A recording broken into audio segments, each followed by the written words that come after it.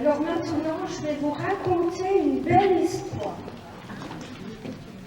Il était une fois 7 congrégations qui, pour revivifier leur vie consacrée, afin d'assurer un meilleur service de l'Église, elles se sont mises en route pour entreprendre une recherche et faire ensemble œuvre de vie.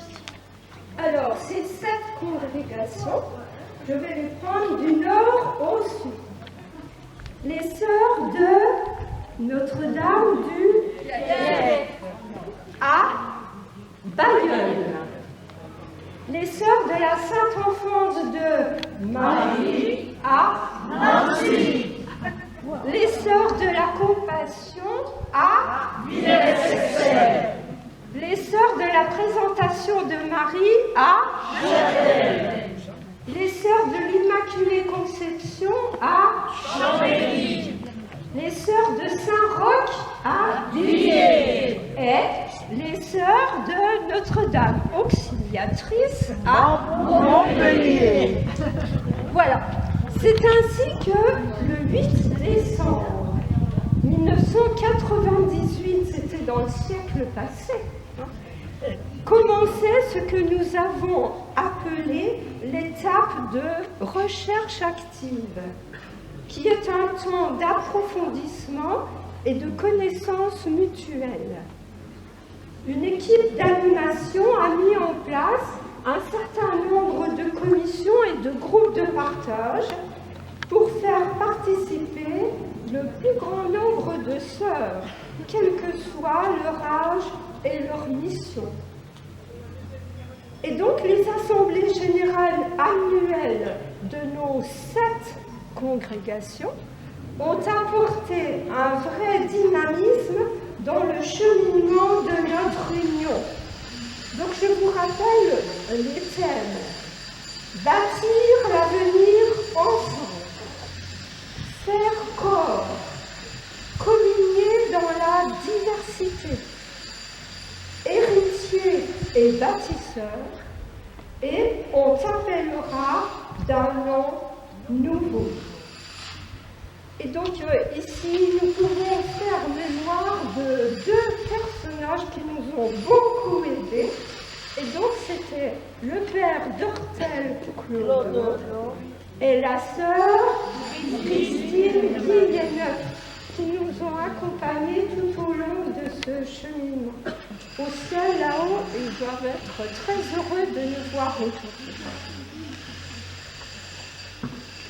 C'est ainsi que notre congrégation des Sœurs de l'Alliance a été approuvée par l'instance de Rome le 1er novembre 2002 pour rendre présent et visible le mystère de l'incarnation dans une vie consacrée à Dieu et donnée aux frères en même temps.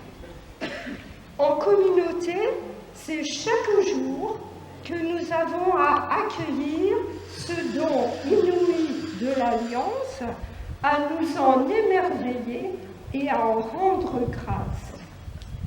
Alors aujourd'hui, nous voulons rendre grâce avec vous pour ces 20 années déjà écoulées.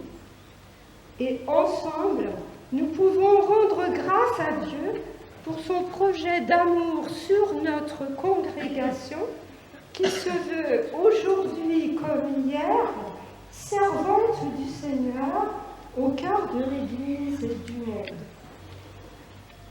Alors, au cours de cet après-midi, différents ateliers vont vous être proposés et présentés par notre charmant animateur. Luc Arène, qui est diacre comédien, qui est belge, je crois. Absolument. Voilà. De la compagnie de théâtre burlesque religieux Cathédo, avec qui vous avez déjà peut-être fait connaissance, ou bien vous ferez sa connaissance. Et nous vous remercions d'avance. Nous avons déjà pu apprécier vos interventions au cours du repas. Donc, Luc nous accompagnera tout au de ce week-end. Alors, soyez attentifs, car il nous fera des annonces tout au long du week-end. Voilà, donc bon week-end à toutes et à tous. Et je crois qu'il y a un chant qui a été prévu et qui a été composé et réalisé par une personne du Nord qui travaille en collaboration avec Sœur Marie-Sylvie à l'établissement scolaire de l'Étrange. Merci. Merci à vous. C'est la joie que nous partageons au monde, arche d'alliance du ciel pour la terre. Lis nos voix, Seigneur, entends nos prières. Reçois le don de nos vies, comme nos frères.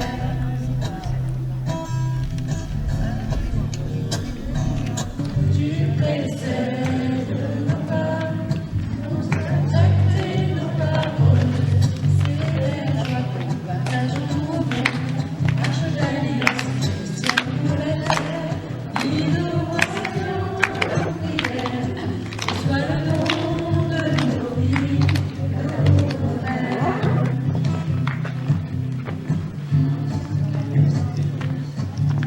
Habité par l'esprit,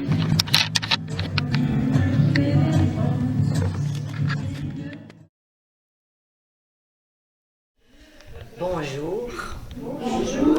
Bonjour. Je m'appelle Sarah. Je suis l'épouse d'Abraham depuis tellement longtemps. Tellement longtemps. Nous nous sommes mariés jeunes et nous avons vécu tant d'années. Tant d'années.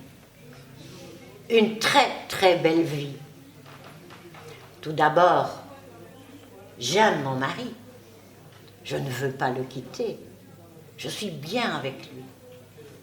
Il est tellement bon, tellement écoutant, tellement accueillant. Ce n'est pas pour rien qu'il est le patriarche. Mon grand regret, vraiment, c'est malheureusement de ne pas avoir pu lui donner un fils. Je suis très âgée. Abraham aussi. Mon petit mari. Très âgé. Et pourtant, curieusement, mais c'est surtout parce que Abraham écoute. Et c'est un homme qui a confiance. Et surtout, confiance en Dieu. Il écoute quand Dieu lui parle.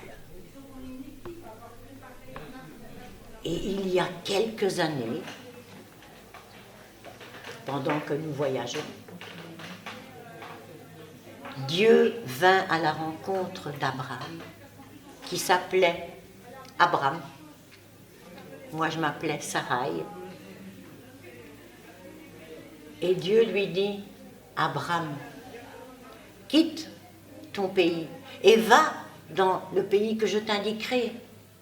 Parce que, écoute bien, je te le dis, je te le promets, je veux faire alliance avec toi, Abraham. Toi et tes descendants. Abraham interpellé, mes descendants? Mais, Seigneur, je n'ai même pas un fils. Je te le dis, Abraham. Regarde un peu dans le ciel. Regarde un peu les étoiles qui brillent au firmament. Peux-tu les compter? Ah, ben non, Seigneur, il y en a beaucoup trop. Eh bien, Abraham, ta descendance sera bien plus grande que toutes ces étoiles dans le ciel. Je te le dis, je veux faire alliance avec toi et tes descendants pour réaliser mon rêve.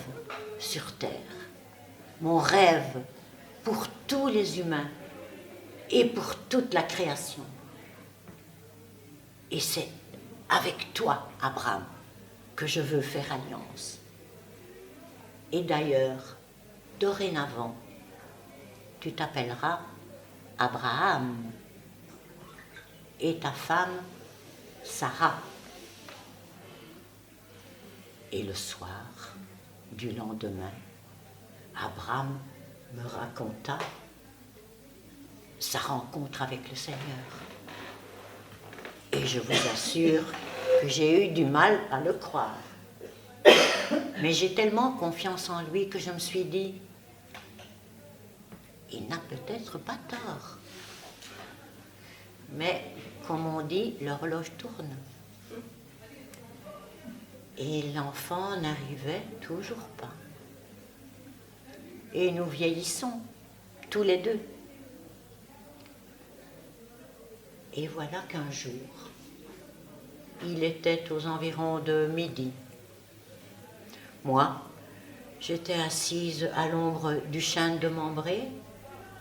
Abraham se reposait près de la tente. Il faisait chaud. Le soleil était au zénith. Et nous étions fatigués. Lorsque tout à coup, Abraham sentit une présence proche de lui.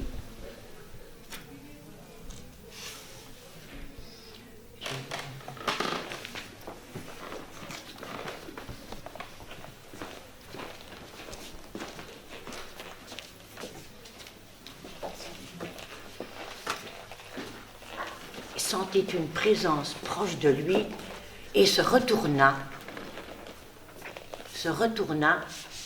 et vit 3 hommes proches de lui. Abraham ne se rendait pas compte, mais moi j'entendais tout et je l'observais d'où j'étais. Je vis Abraham se précipiter vers les visiteurs et se prosterner. « Seigneur, dit-il, si j'ai pu trouver grâce à tes yeux, je t'en prie, ne passe pas ton chemin et viens demeurer chez moi. » Il invita les personnages. « Venez, venez vous mettre à l'ombre du chêne de Membré, reposez-vous. »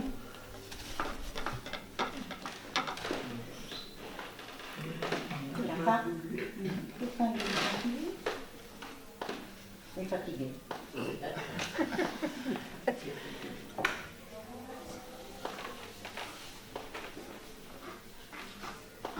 Il y a un trou.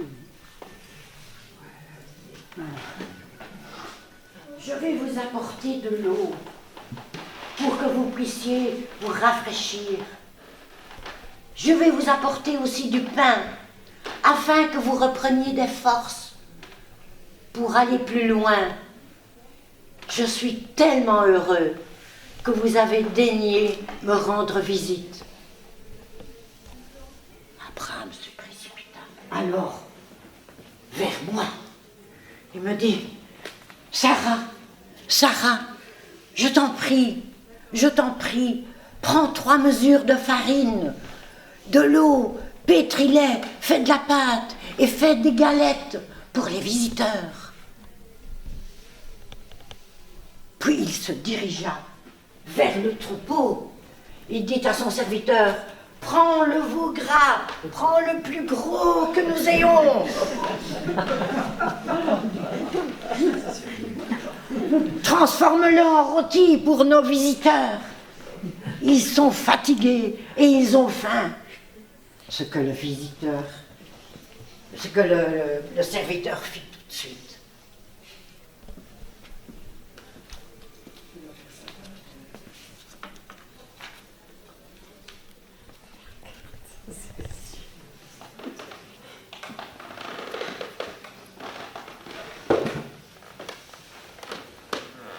On entendit les visiteurs dire « C'est bien, Abraham, c'est bien.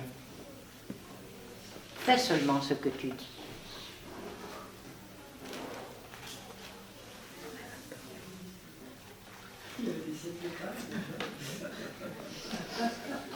Ils sont d'époque.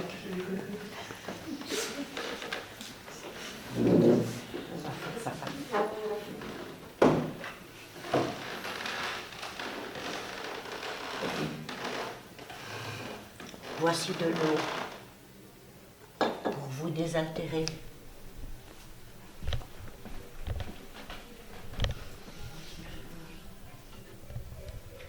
Du lait caillé.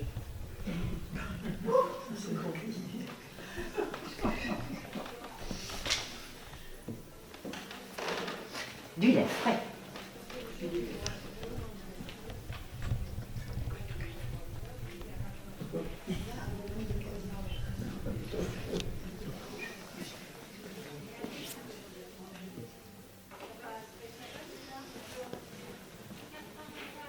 Du rôti de veau.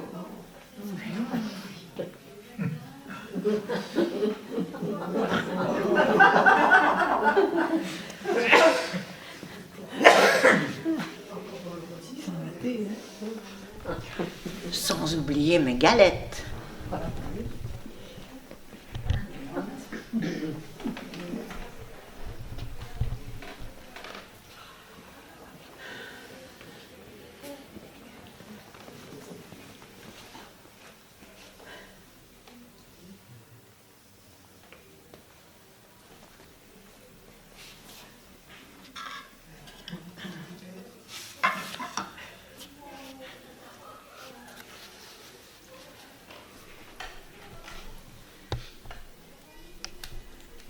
Les visiteurs se reposèrent, mangèrent ce qu'Abraham avait préparé avec ses serviteurs, et Abraham, lui, se tenait près d'eux.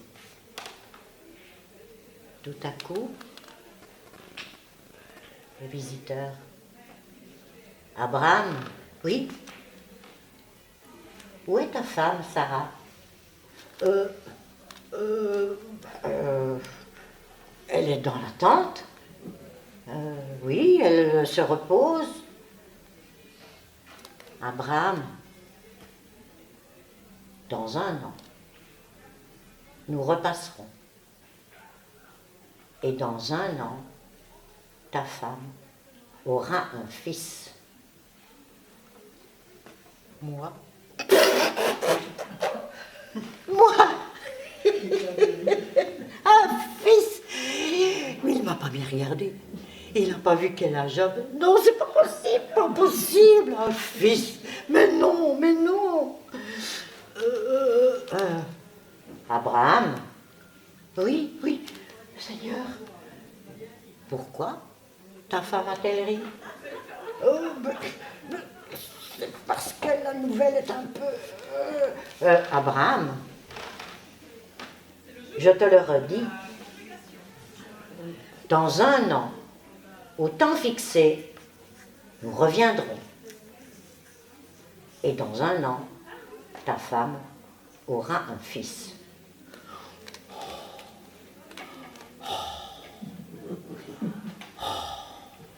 Moi, Abraham, un fils? Oh, la promesse de Dieu. Oui, oui. Je vous remercie, messieurs. Et si vous le permettez, je vous raccompagne pour que vous puissiez poursuivre votre chemin. Merci. Merci, Seigneur. Je peux demander aux trois de reprendre.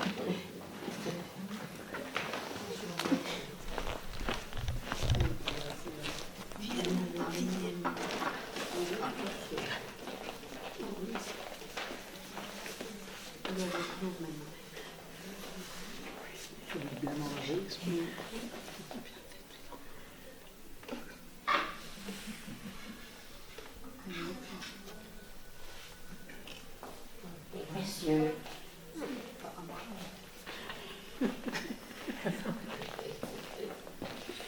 Seigneur, merci pour ta visite.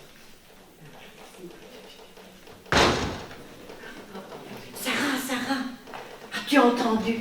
Oui, oui, Abraham, j'ai entendu. Et je t'assure que maintenant, je ne ris plus. Je ne ris plus. Parce que ce que j'ai entendu est tellement fort. Et toi, Abraham, tu as tellement confiance en Dieu que moi aussi, je ne peux que avoir confiance en Dieu et en toi. Effectivement, quelques mois plus tard, j'ai eu un fils. Aussi étrange que cela puisse paraître, Abraham et moi avons donné naissance à toute une descendance. Notre fils, nous l'avons appelé Isaac, qui veut dire que Dieu rit. Et c'était bien normal, puisque moi-même, je l'avais fait. Merci Seigneur d'avoir fait pour Abraham et pour moi, Sarah, des merveilles.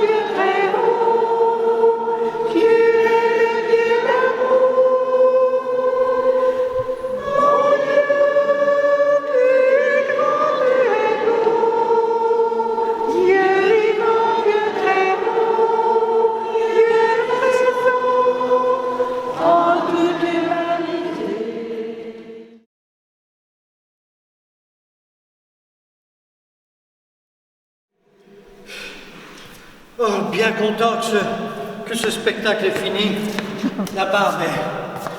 Oh, je suis tellement heureux d'être de retour, ici dans mes coulisses, dans ma loge. Mais, et pourtant, waouh,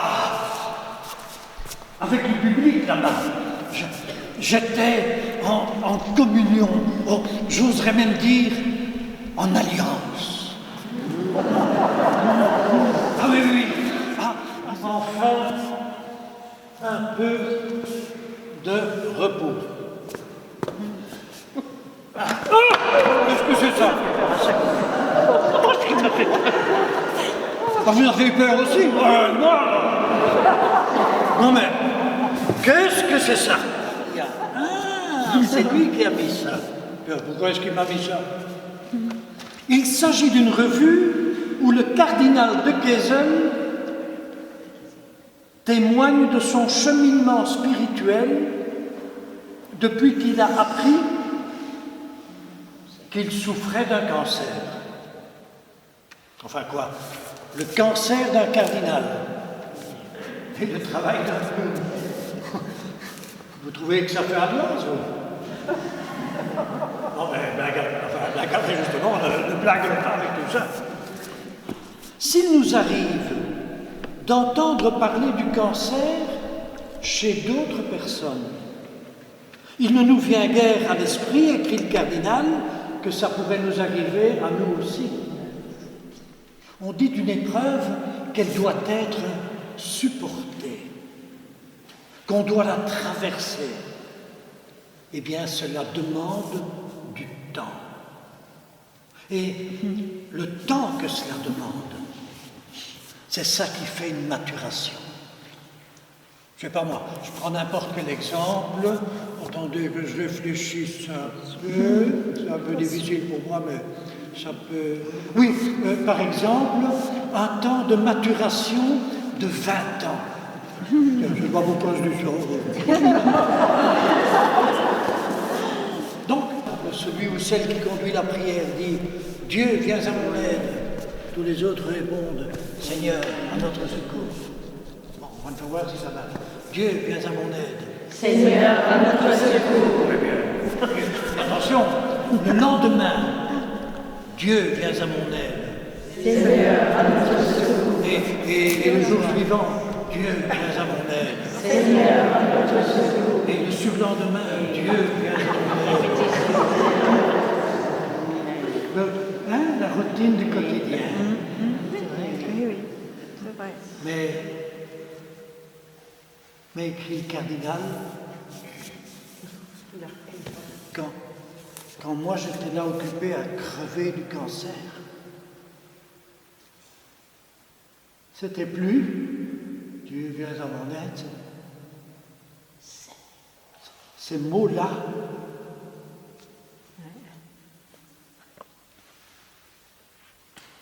c'était exactement ce que je vivais. Dieu, viens à mon aide. Seigneur, au secours.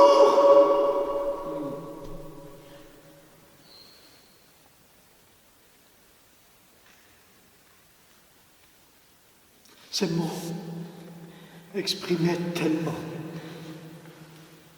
ce que je vivais. Ah non, il y a des gens qui souffrent du cancer et on dirait gloire à Dieu. Il y a des gamins de 15 ans qui tombent dans la drogue et on dirait gloire à Dieu.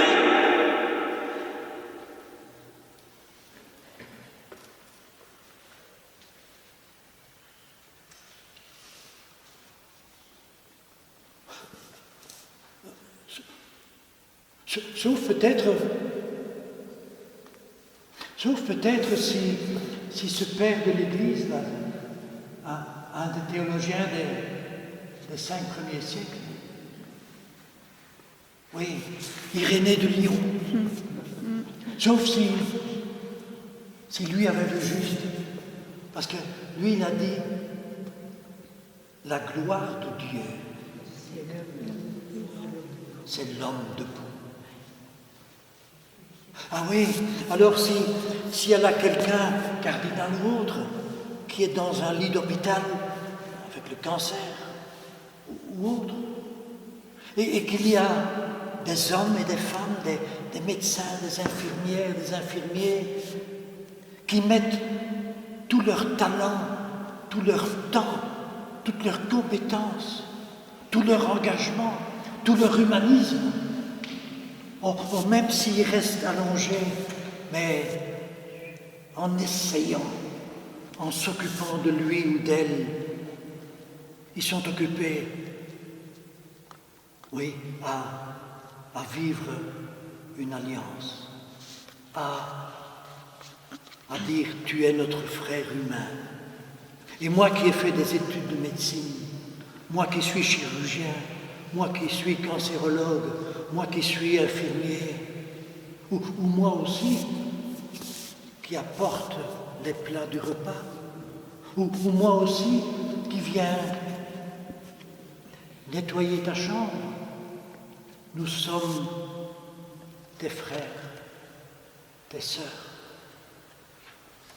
Ça, c'est mettre l'homme debout.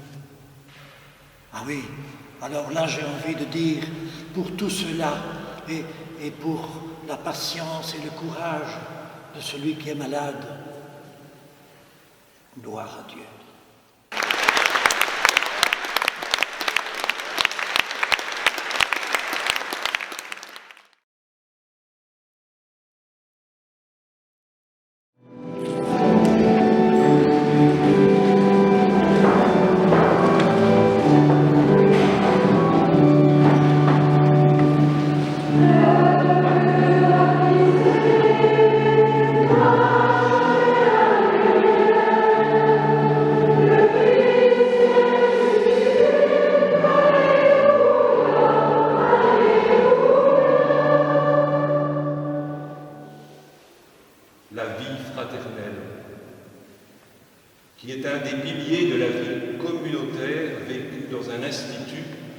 consacrée plonge ses racines dans le baptême qui fait de nous des frères et sœurs dans le Christ.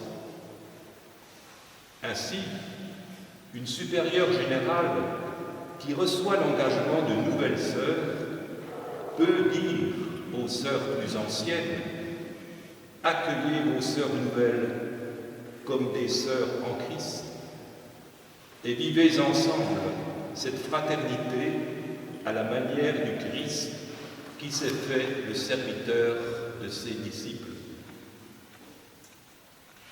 La vie fraternelle, mes sœurs, vous avez appris à la mettre en œuvre, tout spécialement en préparant la fondation et dans les premiers pas de la nouvelle congrégation des Sœurs de l'Alliance.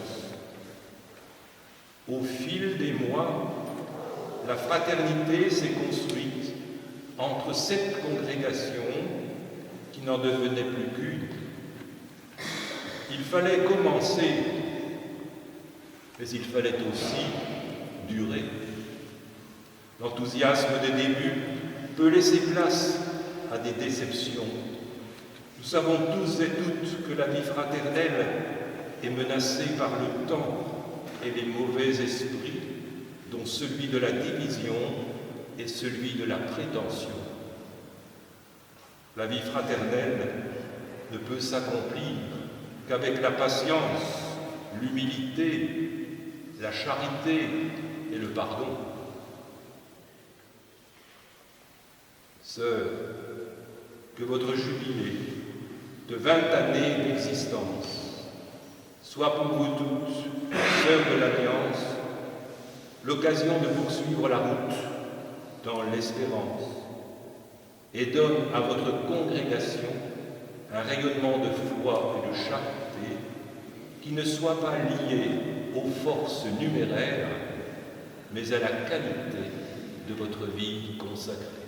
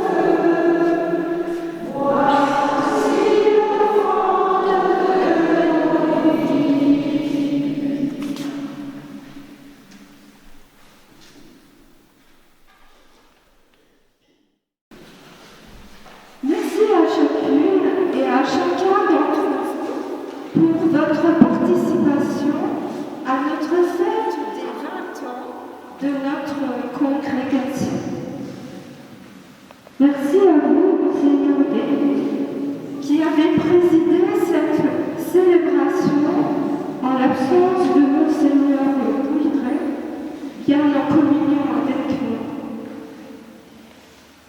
Merci à toute l'équipe de préparation qui a permis la réalisation de cette belle fête dans les moindres détails. Oui, merci à vous qui avez travaillé pendant plusieurs mois à la réalisation de cette belle fête. Et je crois que nous pouvons applaudir.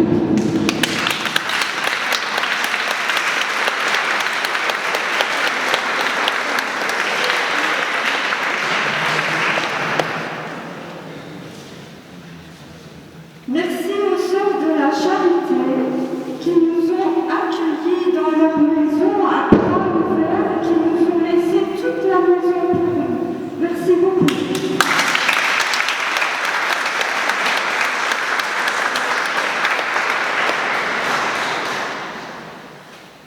Nous ne pouvons cheminer vers le futur sans honorer le passé. Mais ce qui nous fera entrer dans le futur, c'est notre courage, notre créativité et notre ténacité pour donner vie à nos plus profonds désirs suscités par l'appel et l'amour de Dieu. Cela n'est pas de moi, c'est un extrait d'une intervention à l'Union internationale des supérieurs majeurs à Rome cette année. Et cela nous encourage à regarder l'avenir avec sérénité. Sœurs et amis de l'Alliance, nous sommes appelés à accueillir ce don inouï de l'Alliance, à nous en émerveiller et à en rendre grâce. Lors de son homélie pour la fête de Sainte-Anne et Saint-Joachim, le pape François a lu cette belle parole que je vous livre. Écoutez bien. Nous sommes les enfants d'une histoire à préserver et artisans d'une histoire à construire.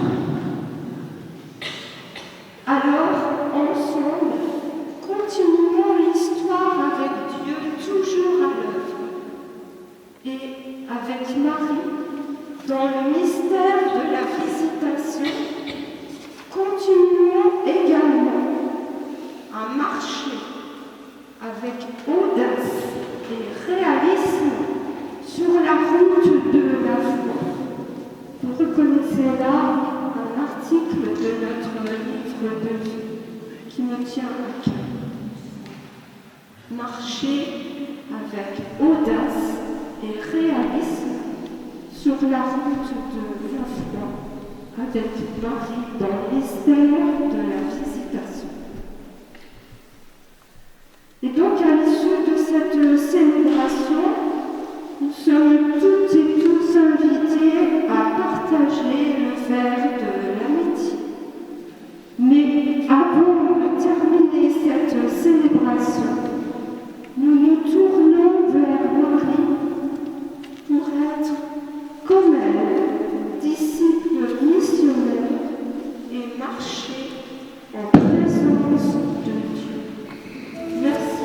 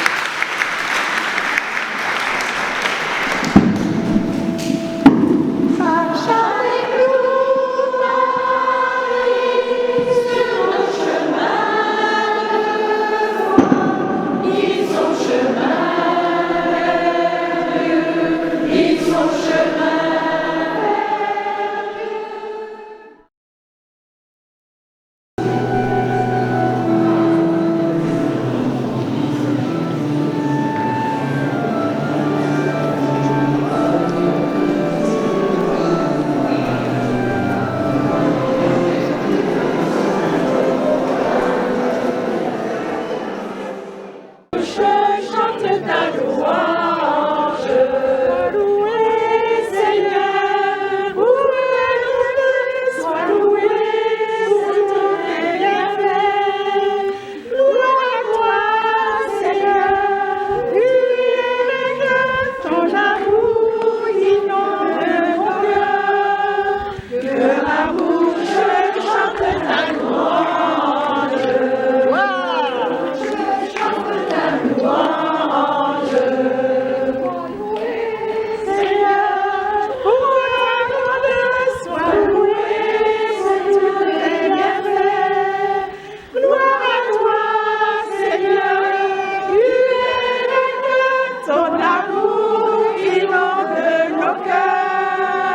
Que ma bouche chante ta louange.